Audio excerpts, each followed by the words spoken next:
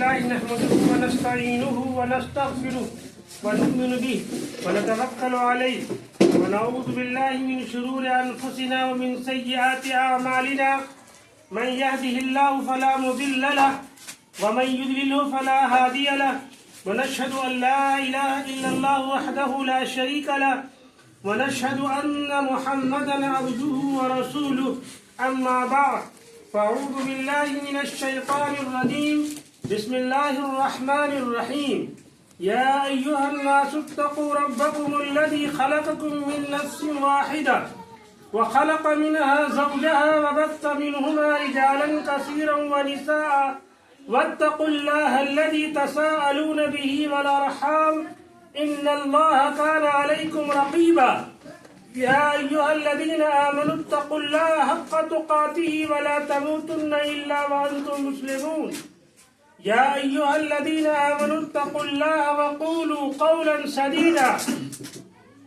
يصلح لكم أعمالكم ويغفر لكم ذنوبكم ومن يطع الله ورسوله فقد فاز فوزا عظيما وقال النبي صلى الله عليه وسلم النكاح من سنتي وقال النبي صلى الله عليه وسلم ومن رغب عن سنتي فليس مني او كما قال النبي صلى الله عليه وسلم. حاضرین اکرام، جو خطبہ آپ کے سامنے پڑھا گیا ہے وہ نکاح کا خطبہ سارے قاضی، سارے ائمہ، سارے حافظ لوگ یہی پڑھتے ہیں، لیکن شاید بات سمجھ میں کسی کو نہیں آیا کہ کیا پڑھا گیا ہے اس پر اور اس کے پڑھنے کا مقصد کیا ہے. سارے نکاحوں میں، پوری دنیا کے اندر جو نکاح ہوتا ہے ان سارے نکاحوں میں انہی صورتوں کو پڑھا جاتا ہے. ہوتا تو سورہ یاسین پڑھ دیا جاتا، سورہ رحمان پڑھ دی جاتی، سورہ بقرہ پڑھ دیا جاتا، قرآن کی کوئی بھی صورت پڑھی جاتی، لیکن اللہ کے نبی صلی اللہ علیہ وسلم نے نکاح کے موقع سے انہی صورتوں کو پڑھا اور اس کی اہمیت بتائی کہ نکاح تو کرنے جا رہے ہو لیکن اللہ سے ڈرتے رہنا. نکاح تو کرنے جا رہے ہو لیکن اللہ سے ڈرتے رہنا. تینوں آیتوں میں اللہ نے کہا اتق اللہ، اللہ سے ڈرو. کیوں ڈرو اللہ سے؟ کہ جو بیوی بنانے جا رہے ہیں، وہ شریک حیات بنانے جا رہے ہیں، اس کو غلام نہ سمجھ لینا، نوکرانی نہ سمجھ لینا، اس کے اوپر ظلم نہ کرنا، اس کو بہانے ڈھونڈ ڈھونڈ کر اس پر زیادتیاں نہ کرنا، بلکہ ایک اچھا دوست سمجھنا. زندگی کا سب سے اچھا دوست اور کوئی ساتھی ہوتی ہے جو بیوی ہوتی ہے. حدیث میں اللہ کے نبی نے فرمایا کہ متاع الدنیا المرأۃ الصالحہ، یہ دنیا کا سب سے کوئی اچھا سامان ہے، متاع ہے تو وہ نیک بیوی ہے. جس کو نیک بیوی اللہ پاک عطا کر دیتا ہے دنیا میں جنت کا مزہ آتا ہے. یہ سچائی ہے، یہ سچائی ہے. جس کو نیک بیوی مل جاتی ہے، آدمی غریبی میں ہے تو بہت خوش ہے، امیری میں ہے تب بھی خوش ہے، پریشان ہے تب بھی خوش ہے کہ بیوی ایک دوست ہوتی ہے، ہمت دیتی ہے، حوصلہ دیتی ہے، جذبہ دیتی ہے، سمجھاتی ہے، بجھاتی ہے، گائیڈ کرتی ہے. لیکن اس کا الٹا برعکس اگر کوئی اللہ نہ کرے کسی کی بیوی بد اخلاق مل جائے، بدتمیز مل جائے، بد کلام مل جائے، بات بات پر روکنے اور ٹوکنے والی مل جائے تو آدمی کی زندگی اجیرن ہو جاتی ہے، عذاب ہو جاتا ہے. اس سے بہتر تھا شادی نہ کرتے تو اچھا تھا. شادی کر کے ہم پھنس گئے، آدمی کہتا نہیں کہتا ہے، اس سے اچھے ہم کنوارے رہ جاتے.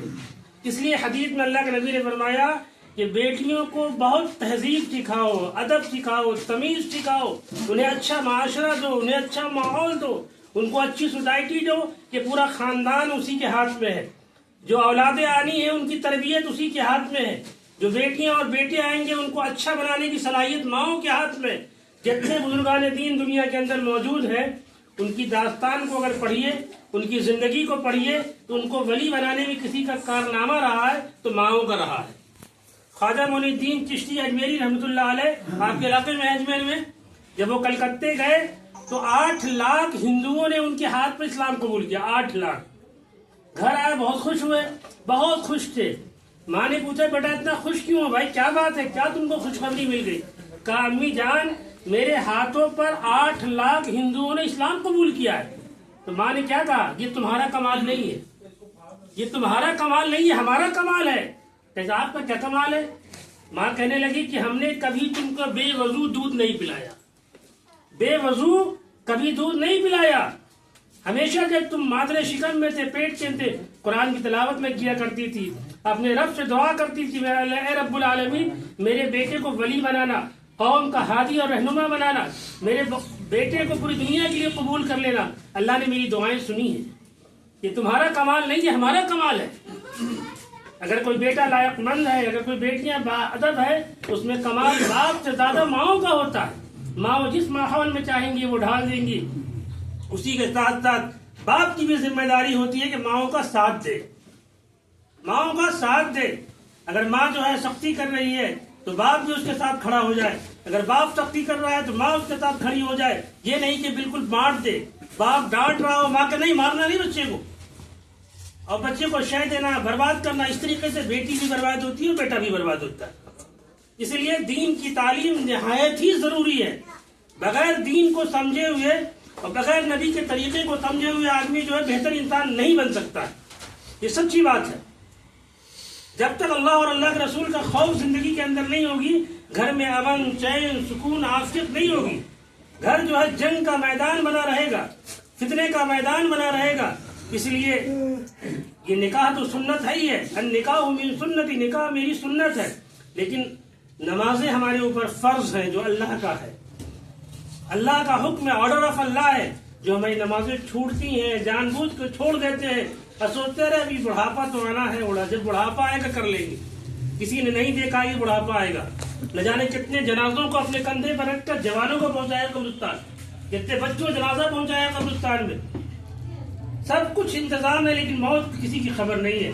اس لیے عقل مند انسان وہ ہے کہ مرنے سے پہلے مرنے کی تیاری کر لے، ہے کہ نہیں غلط بھائی؟ تیاری کر لے، جتنا ہو سکتا ہو آدمی کرے، جتنا کر سکتا ہو اتنا کرے۔